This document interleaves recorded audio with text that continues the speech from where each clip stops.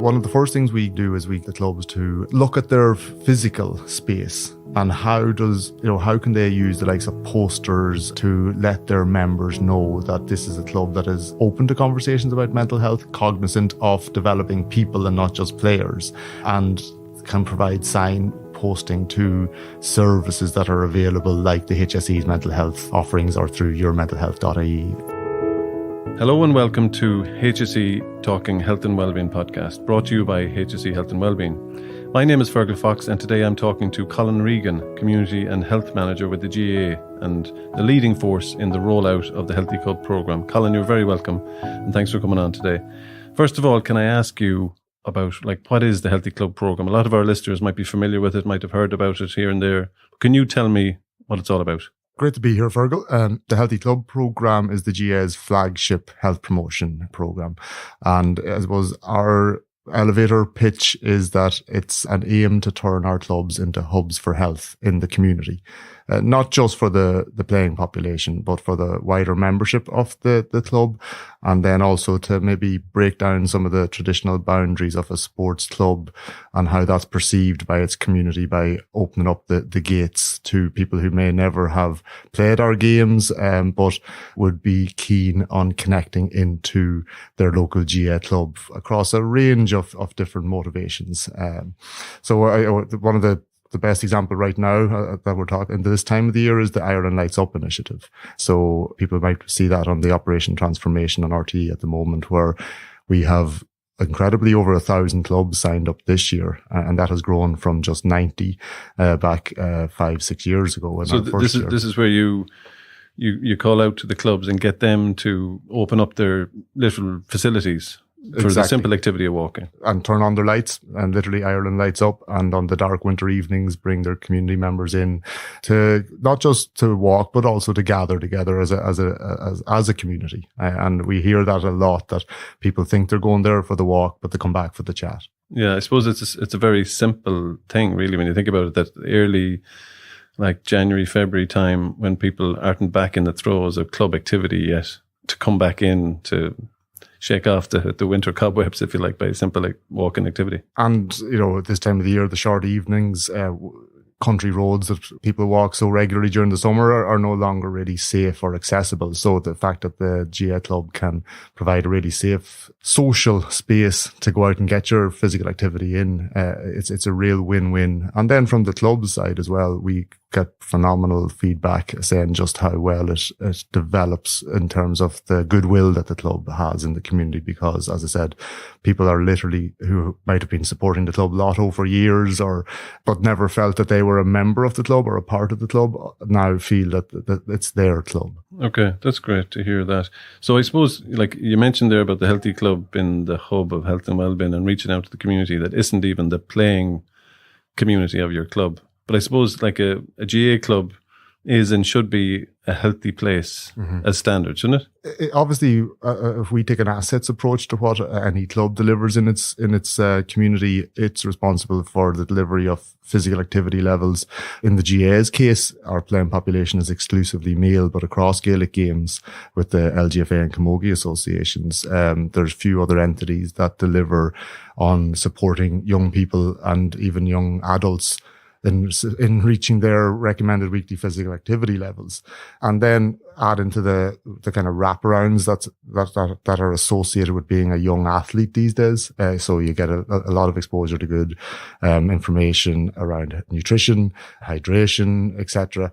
And then it's not an automatic, obviously then there's more and more understanding of the importance of the kind of life skills that are learned from team sports, and then also the social connections that involvement with something that's bigger than yourself brings in terms of one's own place in the world. So all of that there is hugely significant in terms of the contribution that GAA makes. So there's a health and wellbeing dividend to normal club activity. Exactly. Yeah, and I think I just to follow up one of your points there on that youth participation. I think a lot of clubs, we see the county players getting the big profile and, the senior clubs. But sometimes, I think GAA clubs may not appreciate the amount of youth engagement that they're doing in a kind of a humdrum, normal way. Like there's nothing showboaty about it. Like most of our teams are underage teams. Exactly. The inter-county game is our shop window, but, you know, the engine room is what happens in every club, you know, multiple times a week with countless teams. You know, an easy way to try to get a comprehension of just the depth of that work is the cool camps. And every summer, like last summer, about 140,000 children aged between 5 and 12 would have participated in the cool camps right across the country. So that's almost 3/4 of that population age group in Ireland. Yeah, that's amazing. That's amazing. Yeah, I brought my son this year. He went to the cool camp, that not in his own club. We were on holiday somewhere, and he said, "No, I definitely want to do cool camp. I don't care if it's not with his friends." And I thought that was brave. And he just went into a group of strangers and still enjoyed the week at the cool camp, still got something out of it. Like, it is an amazing activity during the summer, you know, like it's great to see that it's getting that kind of level of engagement. And it's a can't miss now, as your son pointed out. You know, everywhere you go, you see the cool camp branded gear now, and it has become an identifier for young people in many ways. And we hear similar anecdotes to, you know, people are now joining if they're away on their summer holidays. They look to link in with whatever is their nearby club to ensure that their children don't miss out on it. Yeah. So coming back to the Healthy Club, you know, so my department in the HSE, Health and Wellbeing, I've been kind of partners to this for a while now. But I remember, I don't know, was it back in 2012, the first I heard talk about it was that Dr. Tony Houlihan and Biddy O'Neill were kind of talking to the GAA about this model that could, you know, be one of the first big sports organisations in Ireland to kind of realise the Healthy Ireland dream of trying to get into these kind of fertile settings, if you like. Yeah. You know, like, this is a settings approach. So can you tell me how this started off from your point of view? Yeah, exactly. It would have been 2012 when we had the first meeting with Tony and Biddy. And I think it is important to recognise that even for the previous 5 years, I came into the role in the GAA in 2011, but we had a relationship with the HSE going back to 2006 around the alcohol and substance abuse prevention programme. And that was kind of that was an attempt to respond to a very specific issue when Ireland was recording, you know, levels of alcohol consumption that were, you know, off the charts in the mid-noughties. And so there had been a door opened, I would say, through that initial partnership. When I came in 2011 there, I replaced Brendan Murphy, who had been seconded from the HSE, from the drug and alcohol team to establish that program, the ASAP program. I know Brendan still works out with the HSE over in the Mayo part of the world. But the feedback we were getting from clubs was that single focus on a challenging topic. It's still a very challenging topic. Still a very challenging. It's not the best entry point of discussion around trying to get a club to explore how it can be more health enhancing, because it would be problematic, or it would be naive for us to think that all GAA clubs are automatically health enhancing settings, because the evidence shows that there are other issues that sports dynamics can bring, for example, around alcohol consumption. We know that young men who play team sports across the world tend to be more prone to binge drinking. Around cultures, around team dynamics and the likes.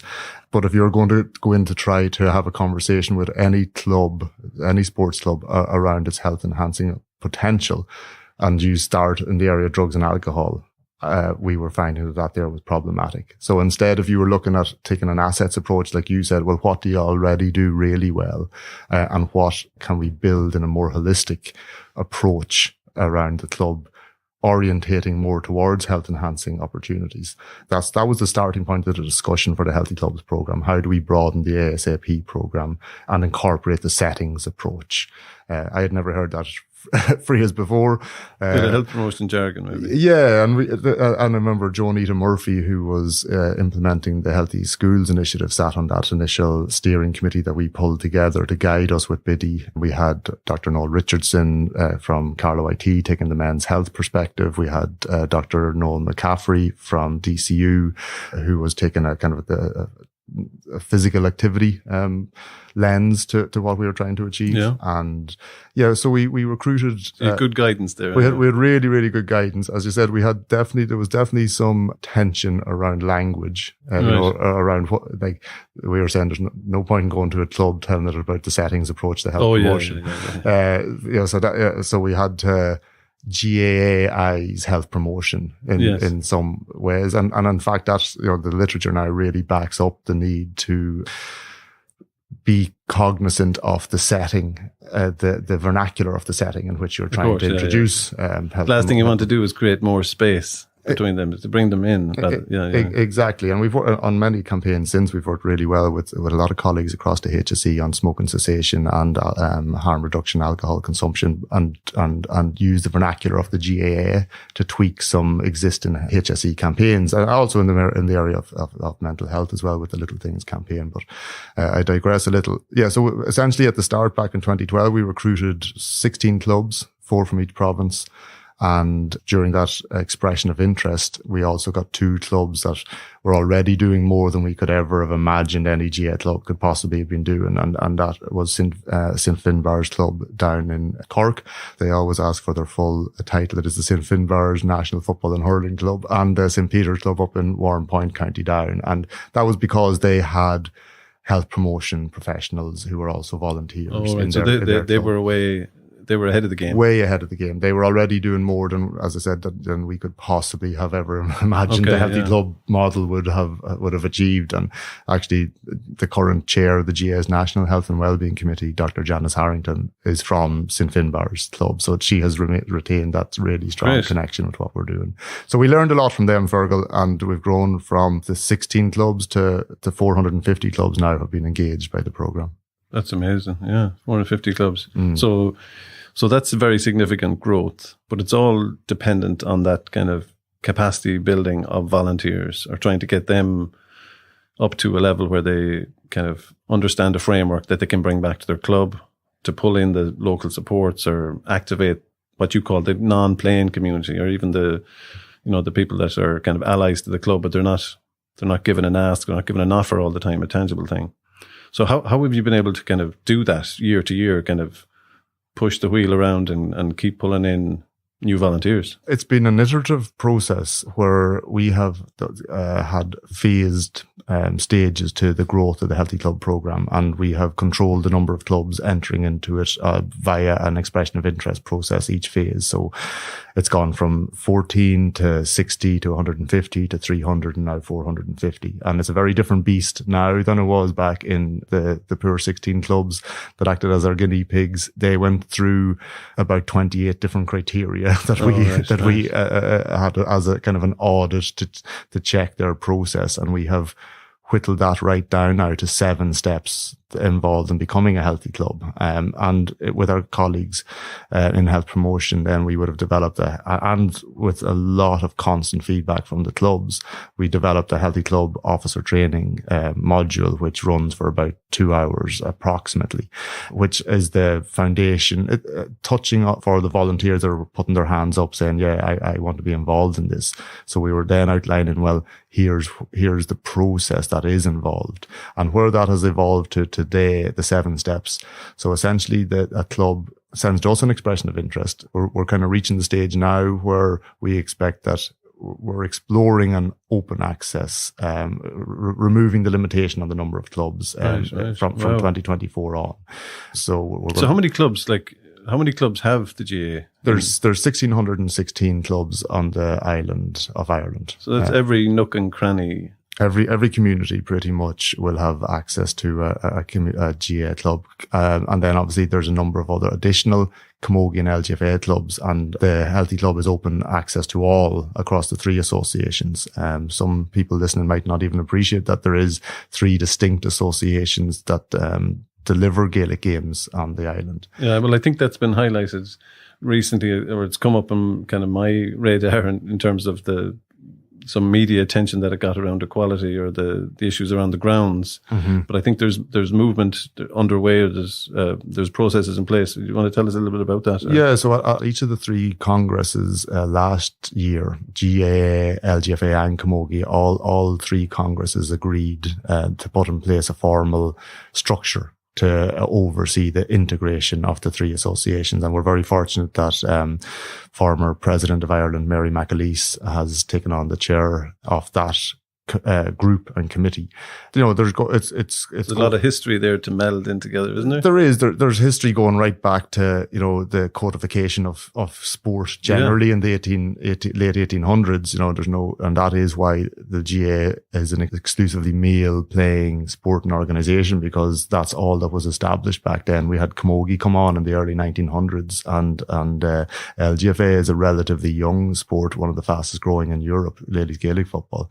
It will be a delicate process, I think, but there is universal agreement that it's required and that it'll be eventually to the benefit. The sums will become greater than their parts. Yeah. Sometimes at a local level, we don't even see those barriers or those divisions, and sometimes they're very clear. But I think the alliance with equality and well-being, from our point of view of looking in, trying to make all these places as healthy as possible, I think that's very positive that they're moving in the right direction. Yeah, and for most players, I know a lot of women who play camogie and LGFA. They'd see themselves as players of Gaelic games. They don't see themselves as exclusively associated with one association or the other. Yeah. No, that's very positive, I think.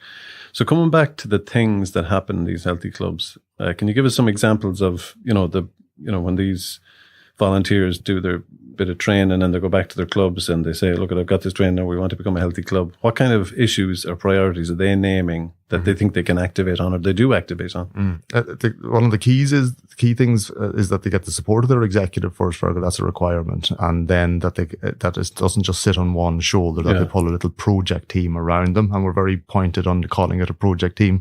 As you well know, the GAA loves nothing more than a committee. And most committees have, they last longer than an ice age.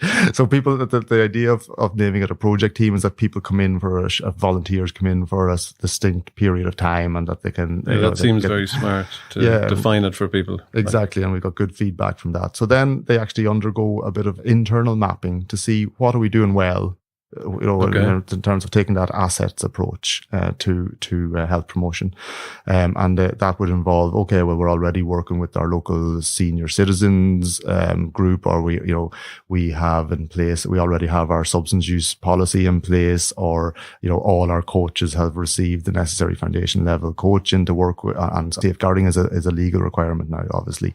And also within that internal mapping, they try to identify volunteers that have some interest in maybe getting involved, or some professional experience or qualifications in the area. And we have countless HSE employees, we have countless youth workers, we have members of An Garda Síochána, and then we have just a raft of interested parents and others that's one. Parents are such a huge stakeholder, like I was saying there about the youth participation levels.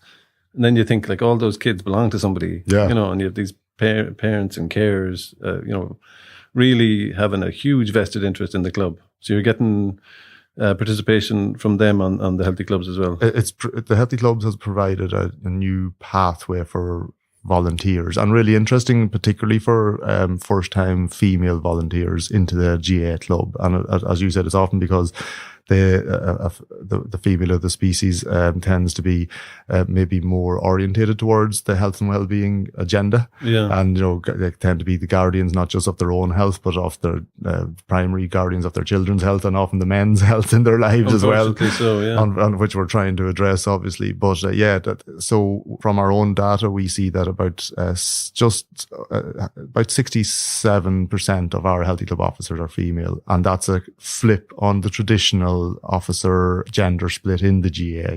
Nice. Generally the officer breakdown in the GAA is about 60-40 male-female, or even 65-35 male-female. So we're reversing that trend in the healthy club program. You're fulfilling an equality agenda in your processes. Exactly. And we're benefiting enormously from it. The association. So you're bringing a completely different viewpoint in, really. Like, these people are, may not be the traditional former player, or former coach or whatever. That's very interesting. And now we're looking at they're moving in some cases, and we're trying to ensure that we are laying these pathways down, that they can also move on from the Healthy Club program into other leadership roles in their club, into their executive, and into coaching as well. And one really good example of that is the likes of you asked me what kind of initiatives are they rolling out. Gaelic for Mothers and Others, a lot of people will be familiar, is the LGFA's social game, recreational game for people who have never played ladies football before, or are maybe returning to it after a number of years, or have retired from the competitive structures. And a raft. This is a hugely popular area for healthy clubs to start up, and we see a lot of those women who come along to participate as players in that, going on then to get their foundation level coaching and maybe start giving back then as coaches in with. So it's clearly like a type of induction. Yeah, exactly. Yeah, and we're thankfully now we've introduced a Gaelic for Dads and Lads program. Oh yeah, I was interested to hear about that from the. I was talking to you before about the men's health pieces of work, and the Dads and Lads is relatively new. I'd heard about the Mothers and Others, and I had some experience of people giving me positive feedback about their engagement with it. But the Dads and Lads was a new concept to me. I didn't know about it. So so a lot of the healthy clubs would have said, well, look at the Mothers and Others is taking off like wildfire. What are we doing for the lads? And I suppose five-a-side soccer probably tended to sweep up a lot of that, but we noticed that clubs themselves were starting to introduce little social football and hurling offerings. So we said, okay, let's try to put a little bit more structure around that. So over the last 2 years now, we have almost 150 teams signed up to the Dads and Lads, and it's targeting the same population group, the never was and the has-beens, and a lot of new entry people as well, a lot of internationals who have come along to try out football and hurling. So yeah, we've had a couple of great two brilliant National Blitz sessions out in the National Games Development Centre in Abbottstown, and we'll be rolling out provincial blitzes for the Dads and Lads in 2023 as well. That's a great win. You mentioned there or you kind of alluded to the new communities that are out there now in our across those 1,600 clubs that you named there. That's a big number. So you're obviously trying to reach into those non-traditional Gaelic families or families that are new to Ireland. Absolutely. If we don't, we'll be left behind, and we'll also be failing to live up to our own manifesto of where we all belong. That is what the GAA, that is the call to action that we have charged ourselves with. So Ger McTavish is our National Diversity and Inclusion Officer, and we have a National GA for All committee that actually links very closely with our health and wellbeing structures to make sure that we are trying to engage with that audience. We're very lucky. We have 300 plus full-time coaches that work at primary school level across the country, and that's the really captive audience for new arrivals that may have never heard of Gaelic games before in their lives. And if we can capture their imagination there and provide a clear pathway into their local GA club, then not only we know from research that migrant populations will be amongst those who don't achieve the recommended levels of physical activity, and they'll also remain for maybe a generation or two outside the beneficial social circles of a community. So we're hoping that it's a win-win scenario that we're trying to achieve here, that we get new population groups coming in to play our games and bring all the vibrancy that they will bring to that, and then they benefit from what we know being stitched into an organisation like the GAA can do from them, from a social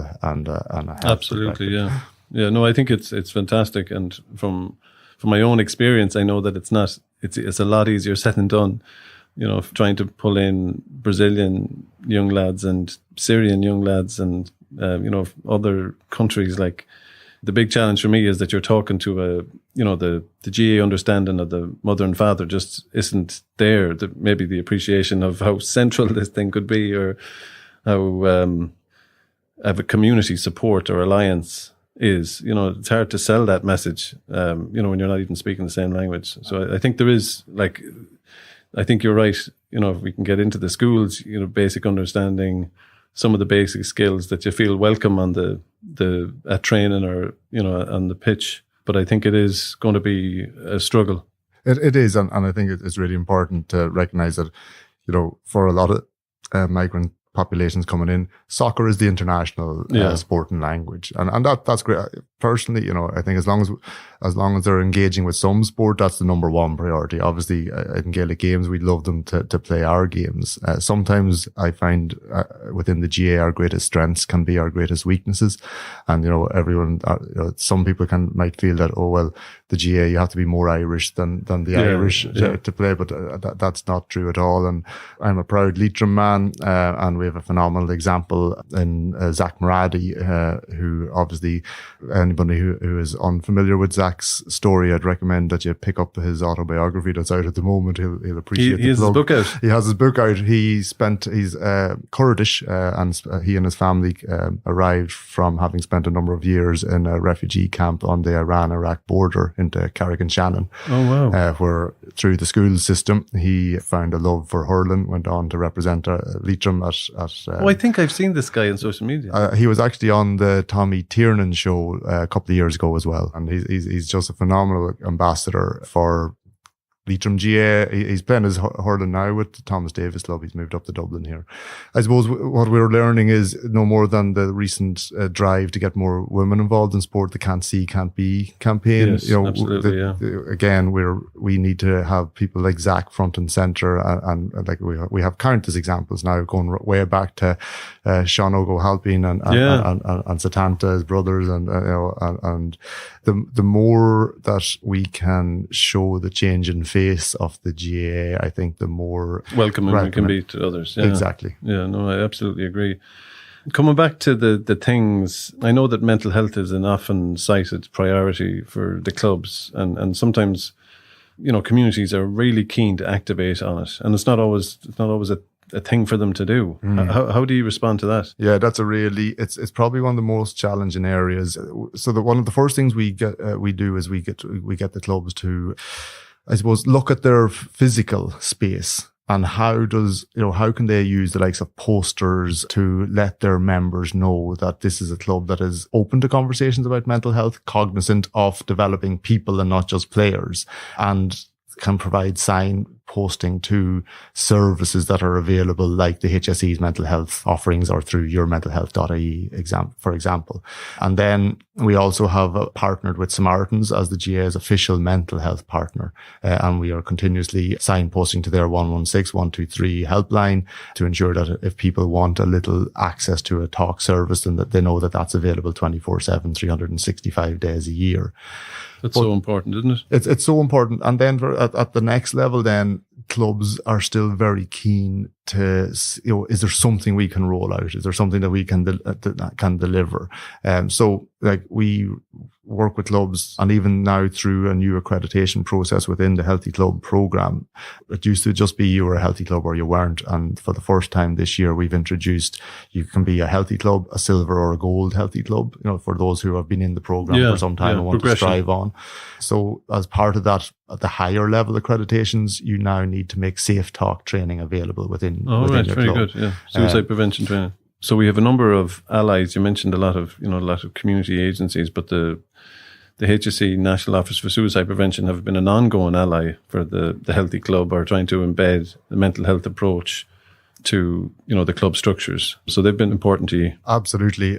Really, I think in one of the most significant developments in my time in this here role, I feel, has been the creation of that critical incident response resource and plan for the GAA, because the GAA is such a hub within a community. When tragedy, whatever nature that may bring, be it a suspected suicide or death in a road traffic collision, or even in the last 12 months, we've had obviously some very high profile cases of incidents in matches, where unfortunately we had the loss of 2 lives on the playing fields last year. So those are traumatic experiences, and if the correct scaffolding can be put in place to support a community through that process, you are limiting the likelihood of lasting impact as a result of that trauma, or for those who do need additional help to get them through that time. To be able to process the trauma. Precisely, and make sure that the volunteers and leaders that are guiding a club through that time aren't overwhelmed themselves. So I just want to go back to the volunteerism and the process that we started out on. We can go into so many tangents with this conversation, but you mentioned that the Healthy Club volunteers have to get the endorsement from their club executive, engage with national, do the bit of training, then come back and I guess consult on who, what, where, when, why. Yeah, exactly. So they do that internal mapping first, as I said, and potentially identify what they're doing well, take that assets approach, and maybe identify other volunteers that might put their shoulder to the wheel with the Healthy Club team. And then they look outwards and talk to their membership and actually even the wider community in terms of some form of consultation around what they think, what areas they would like to see the club focus on. And we've kind of over the last 10 plus years that we've been able to categorize them, and the most common areas that a Healthy Club will work on will be physical activity for non-playing members, and we spoke with Iron Nights Up earlier, but there's walking groups, couch to 5Ks, etc., yoga classes, Pilates, you name it. There will be diversity and inclusion has really grown over the last 5 years, and the likes of what we call all-star programs, where clubs make games and training opportunities available for persons with additional needs, which is great. We're so pleased to see that inclusive approach being taken where by we all belong. Where we all belong, again, exactly. Healthy eating I touched on already. We've spoken about mental health, and we do call that mental fitness within the Healthy Club program. Gambling, drug and alcohol education remains an area of interest, and increasingly so over the last number of years, and I think that's probably reflective of the data that shows the increased usage in Ireland of the likes of cocaine and MDMA. And across Europe, that tends to be within a male population and primarily 18 to 35 year olds. And obviously that maps right across our adult playing population. So that would explain why I would think there's that level of interest there. And some of your colleagues listening, maybe smoking cessation has become hugely popular, and we have about half of clubs in the Healthy Club program have become smoke-free campuses as a result of their involvement in the program, and we stitch in with the HSE smoking cessation teams. I saw that actually, that you're encouraging clubs to come smoke and vape free. Is that added vape element is really important for us as well. But that to build on that culture of denormalization of smoking, and to call that out, we're a healthy place. Exactly. That's just another way we're a healthy place. Exactly. Yeah. And then we have a couple of initiatives that speak specifically to youth leadership, the Dermot Early Youth Leadership and the Future Leaders Program. And then we have a kind of a catch-all category, community development. And that's a lot about creating partnerships at community level with other entities and agencies, be it the local old age group, or, it might be the local sports partnership, or it might be just a charity that works in the area, or a really common area under that as well as working with older members of the community. And I think that really came to the fore during the pandemic, obviously, and the lockdowns. And I think the GAA really demonstrated its value as a community organisation beyond a sporting organisation, because when the games stopped, our volunteers didn't. And, and they had a clear thing to do. They had a very, it was a lot of the Healthy Clubs that initiated that, because they had the structures in place, and they had been working. And they weren't strangers to their older community. Exactly. So by May 2020, the first lockdown, we had 20,000 GAA volunteers delivering groceries to almost 30,000 people who were forced to socially isolate or geographically isolate. And, that is just a phenomenal. And you saw achievement. A big difference in your Healthy Club potential in delivering that. They had everything in place and they had that thinking done already. Exactly. And often, as you said, a lot of the connections already made, like even the Scottstown Club up in Monaghan, as part of their Healthy Club journey, years before we ever heard the word pandemic became part of our daily lives. They had the Lekela program, where they were doing exactly that anyway. They were visiting, they identified all the older members of their community that were living alone, and as part of the Céile tradition, which is, some people might call it rambling, but up that neck of the woods is called the Céile, where you'd visit into someone's house and have a cup of tea and a chat. So they were doing that as part of the Healthy Club program for years before the pandemic. I think the pandemic taught us so much more about that soft social contact that we don't really appreciate. And, wherever we get it, it might be at the school gate or at the GAA club, but that when that was gone, it was like, oh, what's wrong? That was one of the first things when underage training went back. I remember standing beside the train and enjoying the chat I was having with other parents, and I just had to kind of catch myself. Okay, why is this so enjoyable? It's just we hadn't done it for months and months and months. Exactly, small talk wasn't so small anymore. Exactly, yeah. And then when you think that there was so much talk about that older population, their anxiety levels were probably higher than everyone else's because they were afraid for their lives. Well, we were telling them they were vulnerable. Yes, and Professor Roseanne Kenny, who's the lead researcher on the TILDA, the longitudinal study of aging in Trinity College. Again, pre-pandemic, we were working with TILDA to host large events at county level. We have a health and wellbeing structure that cascades from the Healthy Club program at community level, grassroots level, up to 32 county health and wellbeing committees, 4 provincial, and then a national one. And we worked with 8, I think it was, of our county health and wellbeing committees to organise events where Roseanne and her team would come out and actually deliver the findings of the TILDA programme to the people that it mattered to most. Wow, yeah. And we would have like 150. Literal stakeholder engagement. Literal. And Roseanne was so grateful of that. She's the daughter of an All-Ireland winner from Mayo herself. So few of them. So few of them. And she had the medal around her neck at every one of those. Dr. Billy Kenny was her father, who emigrated to Canada and made a real name for himself as a medic over there. But so yeah, we were able to put on these events where TILDA were able to deliver the important findings of their work to their exact target audience of older people in the community that came in their droves. Actually, there were 150 people turning up for those events around Longford, Donegal, Kerry. We focused on the Western Seaboard at that time. That's great story about just literally aligning up the people's priorities, isn't it? Yeah. I want to talk to you about evaluation and how you think this is working. I know that you're working on a return from social investment. Talk to me about that. Exactly. So we underwent 2 evaluations of the first 2 phases through Waterford IT, obviously South Eastern Technical University now. Dr. Aoife Lane and Dr. Niamh Murphy led out on those 2 evaluations. And the first one looked very much at the model. Did the model fit the sports club setting? And there was a resounding yes for that. And then the second evaluation at that time tried to drill more into some of the initiatives that we were delivering and to see how the impact of those, both for the club and the participants. So at that time, for example, we were working with the LSPs and HSE and a number of clubs were delivering Men on the Move. And we looked at the St. Angela's Healthy Eating Initiative. And, there was really good evidence coming back that we were able to reach, like, St. Angela's has again just recently published another piece of research. The fact that the GAA was able to reach a teenage male population around nutrition and healthy eating, and then a practical cookery element to that. Where else would you get them? You wouldn't. And I think it's like 90% or 95% of people or pupils in secondary school that do HE are female. Of course.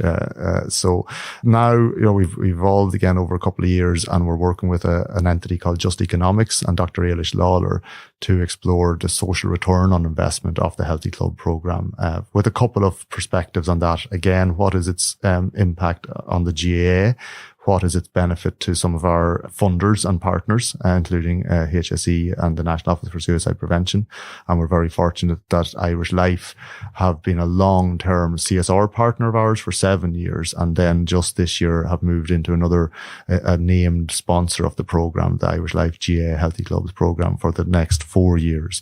And then it's looking then, well, what is the impact at community level? What sort of partnerships are we developing and fostering at a community level? Again, providing access to other entities, to population groups. In my mind, it is challenging. Like it's to evaluate something so complex, and so you're infiltrating local community systems, basically. Exactly. And do you, like you said, you evaluated the model, you evaluated the impact, but the impact is so varied, and then you're evaluating some of the things that you're developing nationally, like the resources with St. Angela's or that piece off the shelf that you want to offer them in a different topic area. So there's so many different things you could. There is. It is like a mini HSE in some ways, or a microcosm of it. So it is incredibly nebulous and complex from that perspective to try to actually nail down a really tangible evaluation. And that's why we felt the social return on investment offered